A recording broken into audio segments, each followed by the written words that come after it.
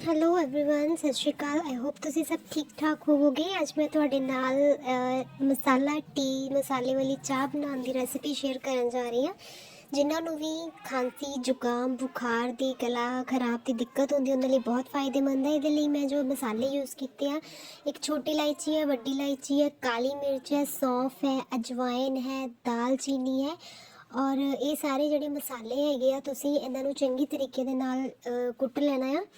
ठीक है, तुसी देख रहे हो चाह की क्वांटिटी के अकॉर्डिंगली तुसी ये मसालों का इस्तेमाल करना। अगर तुहानू कब्ज की दिक्कत रहिंदी है तो फिर तुसी सौंफ आ जिहड़ी उहनू स्किप कर सकते हो।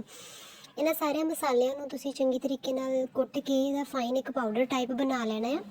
अजवाइन जिहड़ी उहदे नाल तुहाडी वैसे भी डाइजेशन भी ठीक होंदी है। सारे मसाले जिहड़े हुंदे आ बहुत वधिया हुंदे आ साडी सेहत दे लई, कोई नुकसान नहीं हुंदा इन्हां दा। अगर तुहानू मिर्च जिहड़ी आ वो ज़्यादा महसूस हुंदी है तो तुसी घट भी पा सकते हो। पहले थोड़ा जिहा कप पानी पा के उन्होंने, अगर तुसी ज़्यादा दुध वाली चाह पसंद करते हो तो थोड़ा अद्धा कप पानी पा के उन्होंने चंगी तरीके नाल, एक कप पानी पा के इन्हां मसालिਆਂ ਨੂੰ ਪਹਿਲਾਂ ਤੁਸੀਂ चंगी तरीके नाल रिझा लेना है। अद्धा कप पानी ਦੇ ਵਿੱਚ चंगी तरीके नाल मसाले ਨੂੰ ਤੁਸੀਂ रिझा लेना है।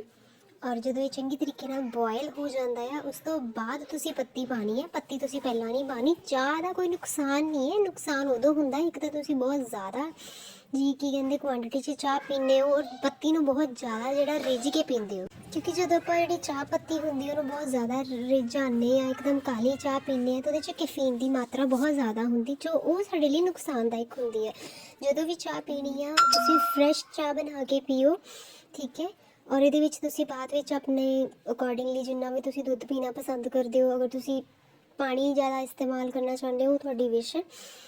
फिर इसके बाद जी तुसी देख सकते हो कि मैं एक अदरक का छोटा जिहा टुकड़ा लिया, इनू भी तुसी थोड़ा जिहा कुट के पा सकते हो, ठीक है जी। ये भी थोड़ी डाइजेशन भी इंप्रूव होंदी है।